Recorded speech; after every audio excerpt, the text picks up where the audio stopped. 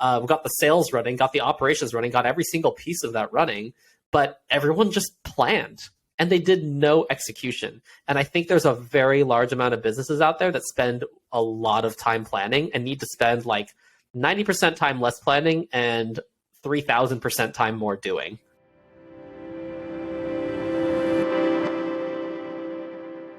Hello and welcome to the Vigilante Leverage Show. I'm Matthew Bergenson. And I'm Lucas Ung. And today we're going to be talking about the biggest problem that we see in business over and over again. This has been a hot topic. It's been trending keyword-wise for a while now, and we've been like, well, maybe it's time to actually address it. So Lucas, what do you see as the number one topic that keeps holding businesses back? I think that the number one thing that holds a lot of businesses and entrepreneurs back is a lot simpler than people think. We hear, oh, I have to have the right strategy. I've got to plan this thing out. Got to have the right product. Got to sell it the right way. But that's part of the issue. You sit around and plan and plan and plan and plan and plan and plan. And then you're like, whew, we built this beautiful plan of how these Legos are going to go together. Kind of tired now, though, Matthew. Let's hit it in the morning. And then they never actually do. So the biggest problem, no one does anything. Or they don't do the things that need to be done. It's easy to be busy. What are some I think of like busy things, busy tasks, right? You're like optimizing your website, optimizing your SEO, just a tiny bit more, rewording and repositioning things in your like case study or your copy, just by like fractions of a centimeter. Talking to the same customer over and over and over and over again. These things feel busy, but they're not. They're kind of useless, actually, in the grand scheme of things. A 1% optimization in that isn't really going to move the needle in a business, and that's why a lot of businesses stagnate. Yeah, I think it's not only that, but I feel like there's two sides to prioritization. One is like working on the right things, but then the other one is prioritization of order. Because people will sometimes, me included, like maybe you're working on all the right, like the important things, but because one thing seems less important than others, you put it sort of down at the bottom of the pile. And some things have a baking time associated with them. It's very easy to prioritize things based on like how badly they're hitting you in the face. But sometimes you can be setting yourself to really be sent completely sideways because you didn't start working on something with a long enough lead time to get it to where it needed to be by the date that thing becomes of paramount importance. One thing that is a personal thing that I noticed years ago when I was working, but I still see it every day is one, first off, we all know that like customer service should be very important, right? You need to have your customers ranting and raving about you. But sometimes the problems that they have can wait a minute. And you could judge that by the visceralness, I guess, reaction that they have when they're talking about the problem. And also if they say, not a big deal, this can wait a week, but I have this problem. It doesn't mean you should go and prioritize fixing it now, which a lot of people immediately go into panic mode, which is let me fix this for the customer. If you have higher leveraged things to do with your time, then that needs to be done. Particularly like imagine like the top of funnel pipeline from a sales process. Let's say that your pipeline is drying up and you don't really have many sales that are coming through. You're looking to have a dry year coming up. Your revenue is going to be stagnating and you're not happy about that. But then you spend all of your time basically servicing customers and it's customer service stuff. You're basically helping them feel good. You're solving very small, minor problems that they're like, hey, it would be really nice if you can solve this. And you're like, let me fix that right away. That is a very, very, very poor use of time because you could either have one of your employees do it, or you could prioritize your higher value tasks up front. It just doesn't make sense to just sprint everywhere the minute that you hear any peep of someone being unhappy with something. And it's taken me a long time to understand that sometimes good customer service doesn't have to be delivered within 5 seconds. It just doesn't. Mm-hmm. Well, and going back to the sprinting thing, if your instinct is to sprint everywhere all the time, A, it's exhausting, but B, if anything that has the words urgent on it is enough to distract you from the task, like the last task that had the words urgent on it, all you're going to end up doing is having a whole bunch of things on fire rather than putting out one at a time. And that's another mistake that I've seen a lot is, people getting, too emotional about, oh, this customer said that, or, this employee feels this way. But then at the end of the day, if you don't fix some of the systemic issues that have, second order, third order effects, then you're never going to stop sprinting. putting out these little fires, which then turn into bigger fires because then you get distracted by another little fire and the cycle continues. I'm wondering, do you think, I've seen it multiple ways, but do you think that people are busy sprinting from fire to fire because they genuinely think that's the best thing to do? Do you think it's potentially because they don't know how to do anything else? Like, and I don't mean that in a bad way. I mean, like, it's just like, I don't know what else I should be doing with my time. This seems important. Or do you think it's because they don't want to do the other higher value things that are hard, like cold calling, for example? What are your thoughts? I don't want to go with a cop-out answer like, oh, it depends on the person. But I think depending on the issue, sometimes it's a very emotionally triggered response. I do think that a lot of the time people just don't want to do the stuff that appears hard and usually isn't even that hard. It's boring. It's less of a dopamine hit than rushing from fire to fire. You feel important. If you constantly have a new thing, oh yeah, you feel so important, and it's a real ego trip too when you're the guy that rushes in last minute to save the day, and it's this grand old thing, and suddenly you're solving customer issues at 11:30 at night and priding yourself on your customer service, and meanwhile you're grinding yourself down, and also you're not getting any bonus margin out of that. Also, like, the customers that expect you to fix things at 11:30 at night typically aren't the ones that are going to be contributing in the way that you would like to your bottom line. It took me a long time to realize that those are actually the really problematic ones. And maybe I shouldn't have pursued them as customers in the first place. It's kind of funny when we discover that. I was actually just thinking about another time a couple jobs ago in the corporate world when there was a customer who had a lot of issues that were on the horizon regarding just very administrative things. They're important and they were very material to their business, but they're very administrative. But we were understaffed on the team, and there were like 50,000 of these things bubbling up constantly. And kind of like you said, we were kind of circling, is this going to be super important? Is this going to move the needle? And then when we were trying to talk about the prioritization conversation and why this stuff matters, our leader basically came up to us and said, okay, guys, like, we're looking at all of these issues and we're all saying they all have to be solved. And you're right, they all need to be solved, but we can't solve them all right now. So let me just ask you, which one of these, if they weren't solved, would result in the customer leaving or spreading terrible news about us and our company? And we looked at the list and not a single thing qualified. The customer wouldn't leave either over any of these issues. And they also, none of them would cause them to say, oh, they have the worst customer service ever. It was just stuff that they needed to get done. But if we didn't get to it, they were going to move on with their business. They were going to figure it out. They just wanted to know if we could help them figure it out or not. So it's very interesting and eye-opening that everything that we were running around for was actually not very valuable. And arguably, we could have just ignored every problem and focused on more valuable things that would drive more value for the customer later on down the line. It was quite interesting to think about that. Yeah, I'm having flashbacks to some of the pressing issues over my career. And yeah, some of them have been totally immaterial. I don't want to make my work sound trivial, which is why I sometimes don't bring things up like, that sounded really stupid. I still dealt with it. Well, yeah, I was really stupid. Okay. I mean, the whole point is we all deal with it. Yeah. Right. This was in a home services business where, one of the employees had left like a couple branches on the ground, like 2 or 3 small branches, because they had pruned something as a favor to this very demanding customer. And then she insisted that we come back and fix the mess. And we went and did it, but it was so immaterial. Just looking back, slightly embarrassed about that one. But I think everybody that's been in the game for long has their experiences of, really wanting to feel like they wanted to serve their customer very well and not really having a very clear picture of what that looks like. And so you just do whatever the customer decides looks like customer service, but that may not be what good customer service should look like in your company. It may not be what customer service looks like for your ideal customers. At that point, it's just the loudest person's perception of what they think your customer service should be.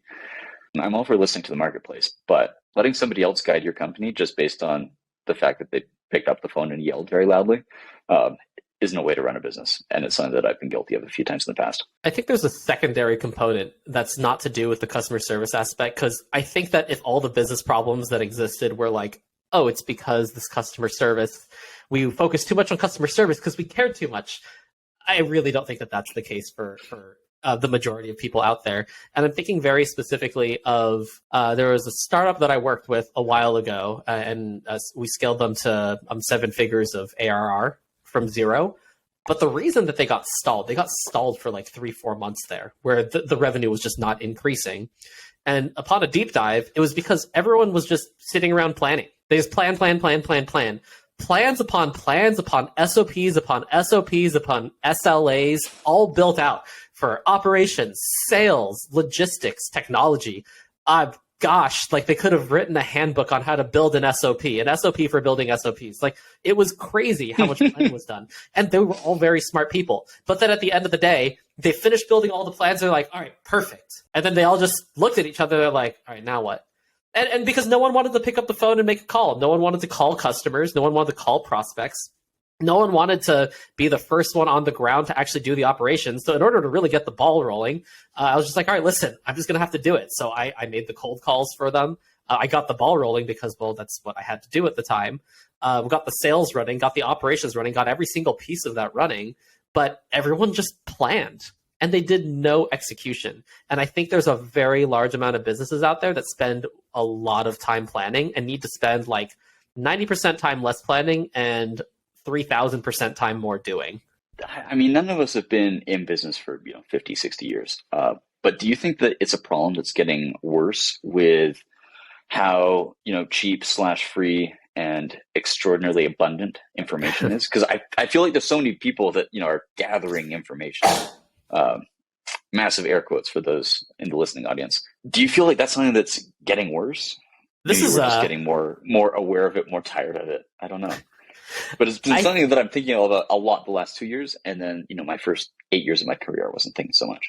Actually, as I think about that question a little bit more, I think it's about the amount of information, but I think it's about the amount of tools that are available. And here, I hate to say it, I'm not one of those people that's just like, if you want to build sales in your company, call 100 people a day and that's all you have to do. Would that work? Yeah, I actually think that would work, but I don't think that's the most efficient, most leveraged way to do something. But I think that back in like the 80s and 90s, what did they have available? They had phone and they kind of had email. Like a lot of people used email, but it wasn't like a regular thing. People just picked up the phone and that's how business got done. So old school salespeople were like, oh, you pick up the phone and you make a bunch of calls. And if you call 100 people a day for 6 months, you'll have all the business that you need. And I think that there's some truth in that, but also there's so much automation nowadays. And people are like, oh, well, I have the ability to get my message out over email. I can do it over LinkedIn. I can create video messages. And they're like, I can do all of these things. So here's what I'm going to do. I'm going to use all of the technology available and all of the information available to create the perfect plan. And I'm going to set up the perfect systems and the perfect automation and the perfect technology stack. And then they just put it on autopilot. Right. And then maybe they run some ads too. And then they're just like, at the end of the day, they're just like, man, my cost per customer is really high. And they're like, I don't know what to do about that. I guess I need to optimize my technology better. And I'm like, there's a point that we will be automated and AI will make all of this go away, I'm sure. But that point is not in the next 5 years. I don't even think it's in the next 10 years. So until that point happens where cyborgs are really ruling us, I think that people need to just roll up their sleeves and be okay with doing work that's not automated and really thinking things through. Because if you have less than 10 million in revenue, my guess is that there is a lot of nuance in the customer base, and that as an owner or as one of the top salespeople of a business, it is your job to understand that and process that in a way that humans have to process, and use that to iterate and improve your product, your messaging, your sales strategy, your customer success, all of that. And so, Matthew, to answer your question succinctly, the short version of that is, I think, an abundance of information and also the ease of technology is causing a lot of people to just stop actually doing stuff, and they just spend their time planning. Well, and also technology can very quickly condition you to like, well, but I shouldn't have to do this manual thing because there's an automated way to do it. And then you know what you can do? You can gather information about what other tools there are. And it's a circle of all this stuff. Like, so Sometimes Matthew, I feel like that's what sales LinkedIn is. It's just like the endless circle of gathering, like information gathering automation tools so that you can look at you can more post tools. about it. Yes. Yeah. Remember that that manual services business that we were working with the other week? And we were trying to figure out how to make it work. And I was just like, at the end of the day, we just need to do it. And then I think that was a good example of what people should do. People are like, oh, like in order to like build these basic lists and do basic internet research, let me just outsource that task to Fiverr. Let me just like build something that will scrape everything. I'm like, okay, cool, but you don't even know what you're looking for. And so we spent dozens of hours just combing through listings online on Yelp, on TripAdvisor, on Google, like whatever it was. We created the list and we just made calls, sent emails, got responses from them. Well, and by the end of it, we had a really good idea of the lay of the land that we wouldn't have gotten if we'd outsourced it. Yeah, we would have quote unquote bought our time back, and we would have had no idea about what language to use, no idea about pain points, no idea about general trends, no idea of, oh, that looks like an ICP versus that doesn't. Let's actually double down on that particular, not vertical, but that subcategory of that market. I agree. But meanwhile, everyone else in the space is like, well, why would I do the work when I could just pay $10.99 a month for a tool that will scrape all of the email addresses of every plumber in Boston, and then I can load them up into this email sequencer, and then I can automate my LinkedIn messages, and I have an auto dialer that allows me to automate it, that will immediately hang up if someone answers the phone but leaves everyone voicemail so I never have to talk to a person. I'm like, okay, how about you just be a human being? Make a phone call, send a personalized email, see how it works, pivot and iterate. And then once you get something that kind of works, then you can introduce automation, right? How would you send out 10,000 emails to contact first name? Oh, man. I love it when I get those. Hi, contact first name. Hope you are doing well today. Merry Christmas or Happy Holidays or whatever, right? Those can. Yeah. Oh, you know what my favorite thing is when people like when you get a message that is clearly like trying to be customized, but it's not. Where it's clear that they're loaded this to 10,000 people, and they're just like, "Hi, Matthew, saw you on the podcast. Really love your content. Anyway, reaching out because we have this new sales automation tool that." I'm like, okay, all right, yeah, cool, awesome, yeah, it's crazy. Gosh, this personalization at scale thing really, really gets on my nerves. I'm sure you're starting to realize that. Yeah, it's personalized because I mentioned that they were in a podcast. Nobody watches that podcast, okay? like we're a fledgling podcast. Like, there's like 50 people that listen to us right now, and it's really awesome, and we love you all who do. But if you just happen to pretend that you're one of our, loyal fans selling me automated toilet brushes, like, it's like, I'm not buying it. Here's my theory. My theory is that 90% of podcast listeners are actually salespeople trying to sell them something, and they're listening to the podcast to figure out what personalization angle to take. That's my theory. Yeah, let's go with that one. But that does make a lot of sense based on some of the Instagram and LinkedIn messages I've gotten lately. Man, that's super funny. I mean, that's not to say that like personalization is useless, but I'm just saying like the main point of it is like stop setting up automation tools and expecting that it's just that if you set all of your technology and automation up with all of the information on the internet, that you're just going to get sales, you're going to get your operations set. Sometimes you have to roll up your sleeves and pack up some boxes and ship them. Sometimes you have to roll up your sleeves and your dialing finger and make some phone calls. Sometimes you have to send some emails that aren't gasp templated. Sometimes you have to get on the phone with a customer. Sometimes you have to take a look at the books and you have to go line by line through your credit card statements to adjust all the numbers. Like, sometimes you have to just go and do these things. And in the amount of time it took you to figure out, oh, I'm going to go pay someone $50 on Fiverr to do it, let me find the right person, you could have just done it. Yeah. Side note, this podcast episode is really making me want to just hang up on you and just go do some things that I really want to get done. Side note, if you listen all the way to the end of this podcast, we probably can't help you. Oh man, I would love it if the viewership, like if the listener retention on this episode, just I would dropped. love it if it was like 50%.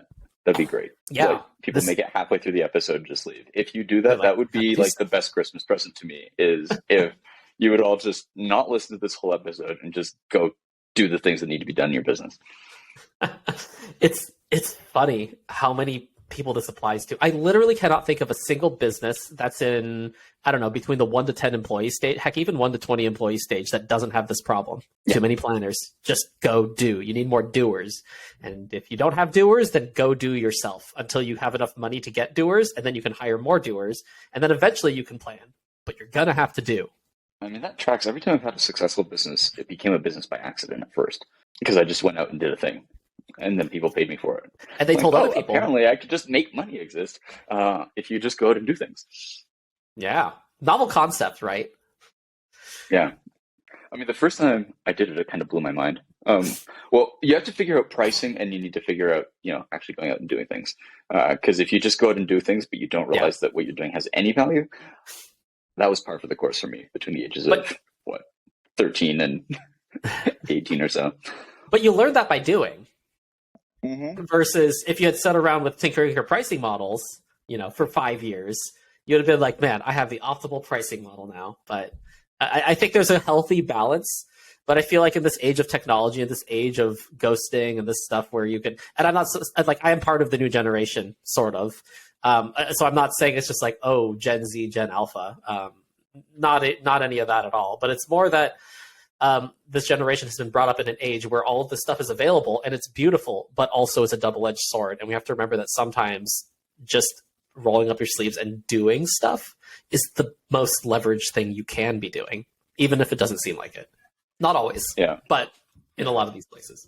Well, I mean, you even asked me the other day, like, Matthew, like, do you still like fix things in your house? Like, don't you outsource that? I'm like, dude, do you know how long it takes to figure out how to outsource certain things with home improvement? Yeah. Apparently a while. Yeah, I mean, a whole lot less time than it takes for me to just grab a skill saw, cut some lumber, bang it together. This is going to sound funny, but because the highest leverage thing I can do with my time is the stuff that we do and the stuff that we do with businesses. And I never really learned a lot of those skills growing up. My wife is actually way more handy than me, and she's the one who actually does all the fixing in the house, and I'm very thankful for that. Yeah, high leverage skill, picking the right spouse. Actually, very important. I would definitely agree. That is a very high leverage thing. Yeah. I mean, that's why I'm, not married, because I haven't found somebody that I really want to make a run with. So, yeah. I totally understand that. Yeah. The right part. I feel like that's a whole nother episode right there. Like the right partner from a business standpoint, from a personal standpoint, there's a lot there.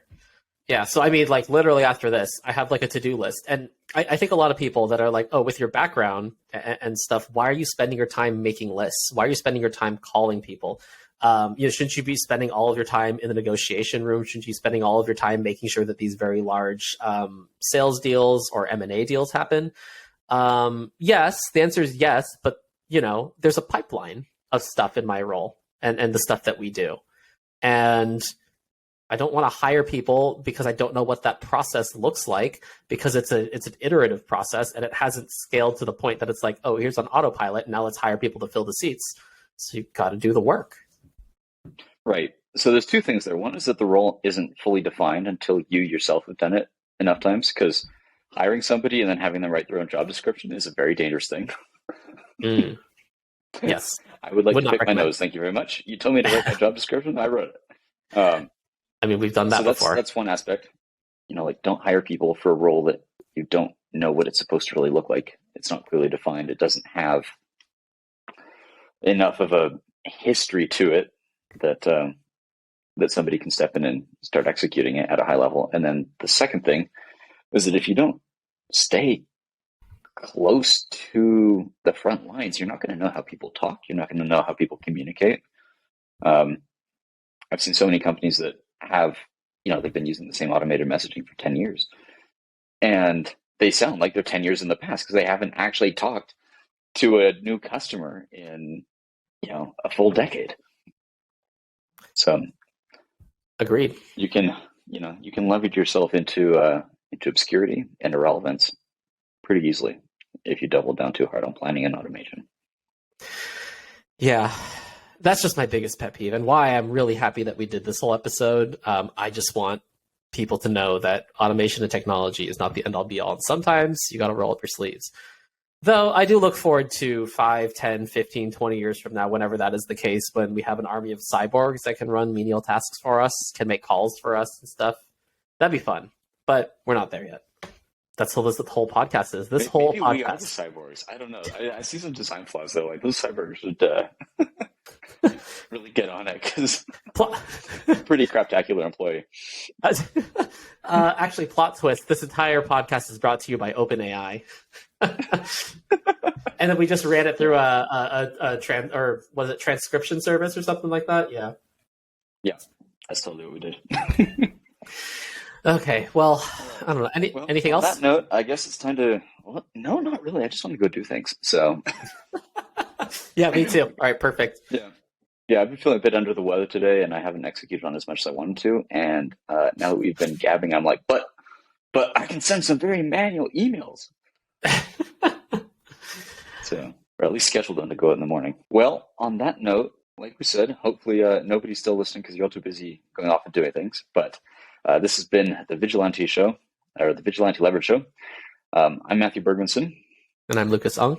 And thank you so much for listening. We'll catch you on the next episode.